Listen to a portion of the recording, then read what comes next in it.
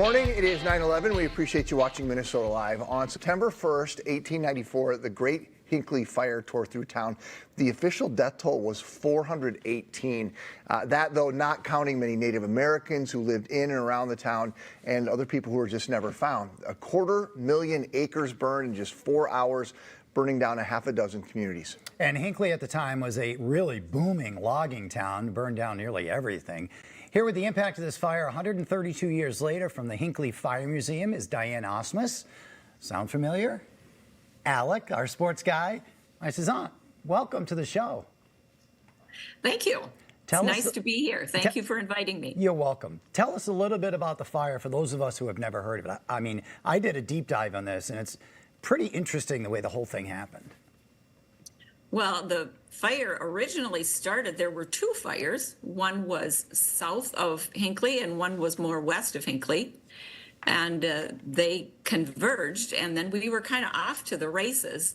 And that's when it reached the stage of a firestorm. It was so hot that houses were bursting into flame before the flames ever got there. Has there ever been an idea of how the fire started in the first place? That's open to speculation. There was a lot of slash left from the loggers. People may have been trying to clear some land by, setting their garbage on fire. There may have been a train that went by someplace that started a fire that threw some sparks. That was pretty common also. So the exact cause, I guess we'll never know that because no one is left to tell us about it. Mm-hmm. Yeah, and I looked at the weather conditions back then. They were actually in a really bad drought then for the summer. Our summer so far, we had about 7 inches of rain. Back then in Hinckley, they only had 2 inches. We had 2 inches of rain from May 1st to September 1st. I can't imagine how dry it was. But as I said, the logging was the economic driver in the area. And the lumber companies weren't necessarily the best stewards of the land at that time. Yeah, there were no laws or rules or anything. No, not at all. They would take the trees that they wanted and leave the rest just lie on the ground and get nice and dry. So when the fire did start, there was plenty of fuel for it to burn. So you had mentioned that there were two fires and they sort of merged near Hinckley. So people had a little bit of time to be able to react to this, but not much.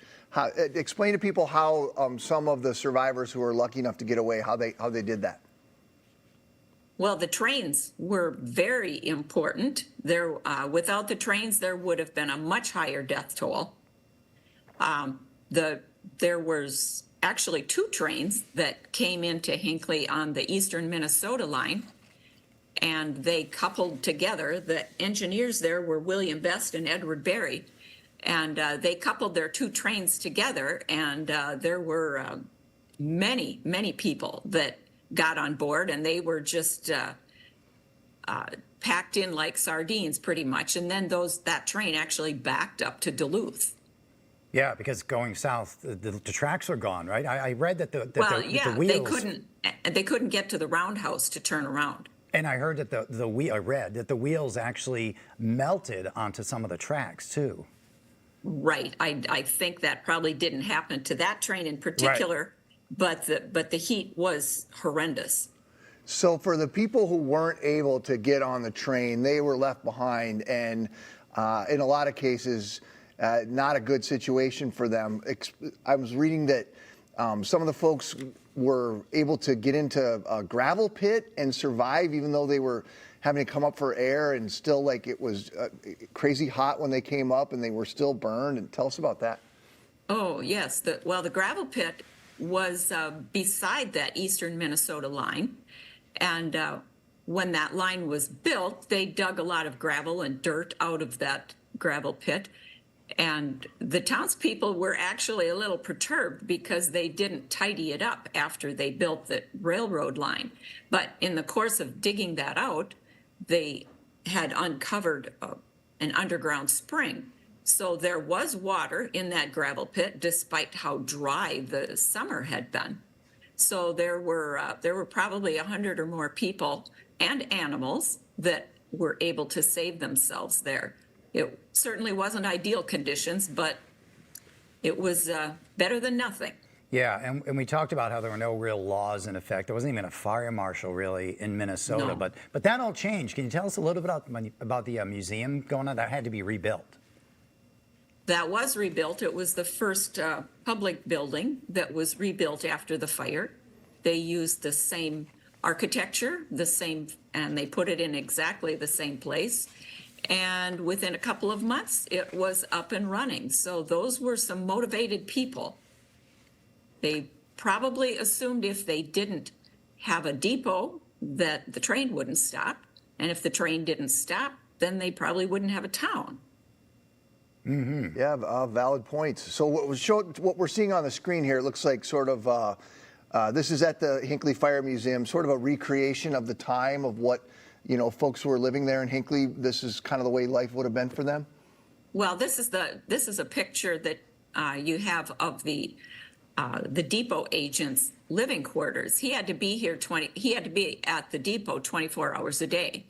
So he and his family lived upstairs. And there's 5 rooms that are furnished in turn-of-the-century type furnishings. And that quilt on the bed there, if that's ever missing, I'm sure they'll probably look at my house to see if I had stolen it, because I think it's absolutely beautiful. That is beautiful. Hey, there's a special event coming up there in Hinckley. Can you tell us a little bit how that relates to the fire? Yes, we are looking forward to this on Labor Day weekend, Saturday the 5th and Sunday the 6th. We are having a theater group called the Bucket Brigade, and they're coming up from St. Paul. There's a fellow that is a member of that who used to live in Hinckley, and so he has written a play called Survivors of the Fire, and they've been here before. And the plays are absolutely excellent that they put on. These are some really talented people. And so we're looking forward to it. They'll put on 3 shows, both Saturday and Sunday. And that day, admission is free both to the museum and to the play. Well, Diane, thanks so much for taking some time to talk with us about this. Important to remember what happened there and remember the lives lost, and what a great opportunity to do that. So to learn more about the Hinckley Fire Museum, head over to minnesotalive.com, and we'll link you up with all the information right there.